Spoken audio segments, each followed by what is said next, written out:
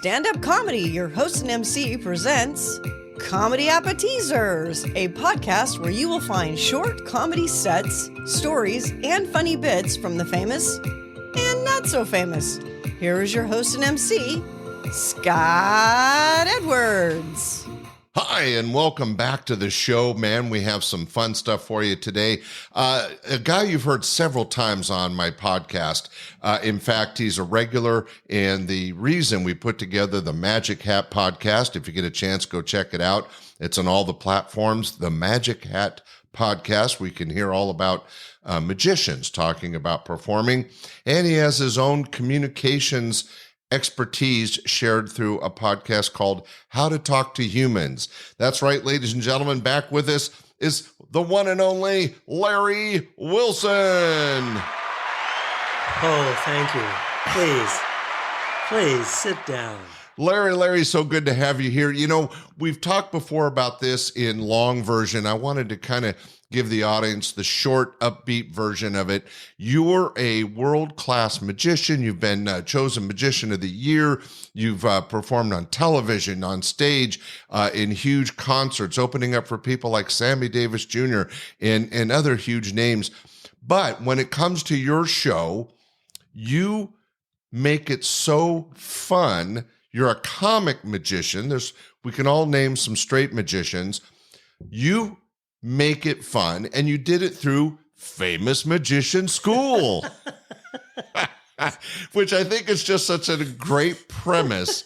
But can you share with the audience how, as a magician, you decided to bring in comedy, and where did Famous Magician School come from? Well, these are crazy for so many reasons. I have a teenage son, and he had to go someplace to another state or another city, and a friend of mine who lived there, who's known me forever, was kind enough to put him up for a couple nights. And so my son is texting me all the stuff about, hey, you know, Kent showed me this video of Famous Magician School. And I, of course, never thought anything about it. My son thought that was so funny and so crazy. Famous Magician School was a parody. I mean, it was already ancient by the time I started doing this. But I never saw myself, but I would see old examples in magazines and stuff.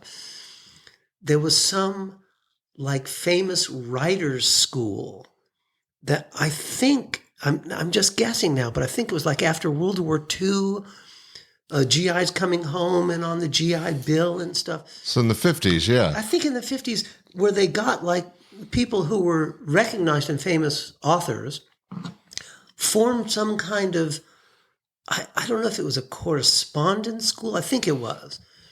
And sometimes you'd see ads like in magazines, and there'd be like a picture of several famous authors and say, we're looking for people who like to write. And if I remember correctly, I mean, this is how we're going back into the annals of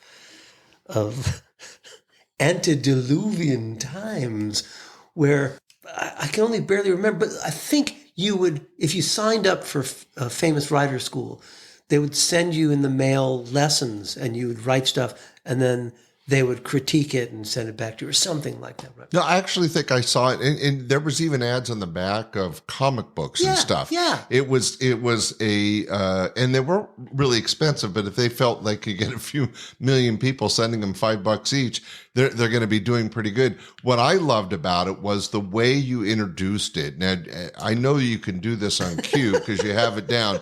So if I was to, say, ladies and gentlemen, here's famous magician Larry Wilson, you would have... I would say, good evening. I am Larry Wilson. Those of you who don't recognize me as a world-famous magician, I've traveled all over the world, slept in the finest restaurants, eaten in the best hotels. No doubt many of you have wondered what it must be like to lead this wild, devil-may-care, madcap, jet-set sort of existence. Well, now at last you can. Yes, thanks to Famous Magician School. That's right. Famous Magician School. We're looking for people who like to turn tricks. That is such a great introduction. And then later on, you would elaborate and you take food stamps and, Right. whatever you want to The whole send thing in. is it becomes a running gag where the length of instruction keeps changing. And eventually I'm saying, one short intensive afternoon, you could become a world famous prestidigitator, But what was great though was you were also honest, because we're not saying you'll be, able to do this exactly the way I do, but through Famous Magician School, it was something that I wanted to share with the audience, because you have always been a tremendous magician. There's no doubt about that. But comedically speaking, you held the same level as a lot of other comics, people that made a living just doing stand-up comedy. And what I always appreciated as a producer was the ability to be a magician, which I worked with a lot of magicians because I like the variety arts, but you also were so funny in how you presented the magic. And it kind of has its roots in what you do on your podcast, How to Talk to Humans, is that it's all about communicating and painting a picture of what you're selling. And that was what I think made it so funny for me and for the audience, was it sounds like you're this early style medicine man selling an elixir. Yeah. In Famous Magician School. What I would call a flim-flam man. Yeah. And what's so funny about it, Scott, is you're quite right about it being involved with communication, because it's not like I'm some genius of any sort. I was just really communicating authentically what I felt about it. And to me, the idea of being a magician, you're saying, I have supernatural powers. Well, that's already hysterically funny to me. All right. You're here on stage saying you have supernatural powers. If you had supernatural powers, you wouldn't be wasting your time here Entertaining 50 people on a Tuesday night at a comedy club. Right? You'd be off doing some extraordinary things with your supernatural powers. So then it becomes even funnier, because I'm here claiming to have supernatural powers. I'm going to demonstrate them by changing this red scarf into a green one. Well, this is a little anticlimactic. Yeah. That's a demonstration of your suit. So to me, it was always hysterically funny that you would present yourself. And I have to say, the godfather of all comedy magicians, I think, was the great Ballantyne. Right. Carl Ballantyne, who... You go to the Googler, Carl Ballantyne. Go to Googler. Carl Ballantyne started out as a legitimate magician, could do all this great magic, but nobody cared. So for whatever reason, I met Carl a couple times. He was so nice and so complimentary. Such a lovely, lovely guy. And his daughter, Saratoga, who's an instrumental member of the Magic Castle, the Academy of Magical Arts in Hollywood. But Carl Ballantyne started doing this, and I guess I should ask Sarah, because she probably could tell me better than someone else, how he came to come up with this idea of doing a satire of what we think of as traditional.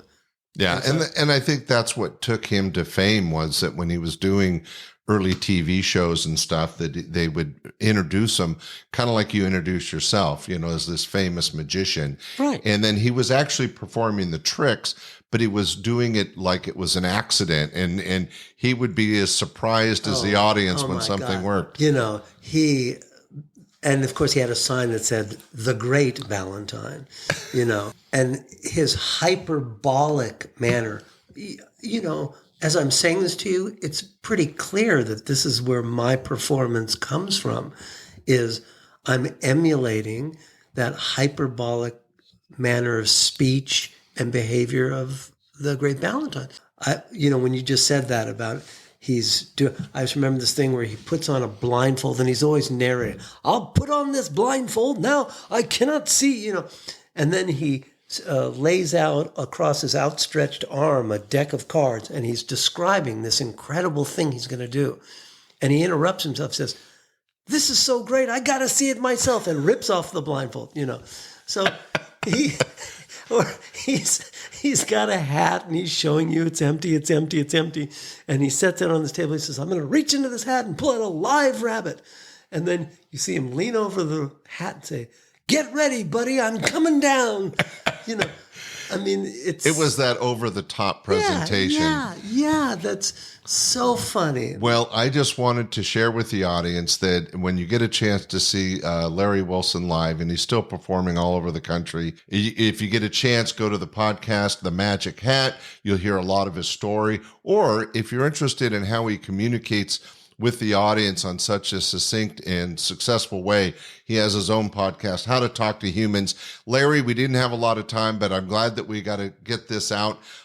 Thanks for joining us. My pleasure.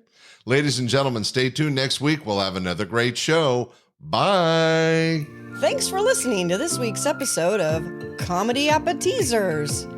Be sure to share with family and friends, and we will see you this Sunday for our regular podcast, your host and MC, and again next Friday for another episode of Comedy Appetizers.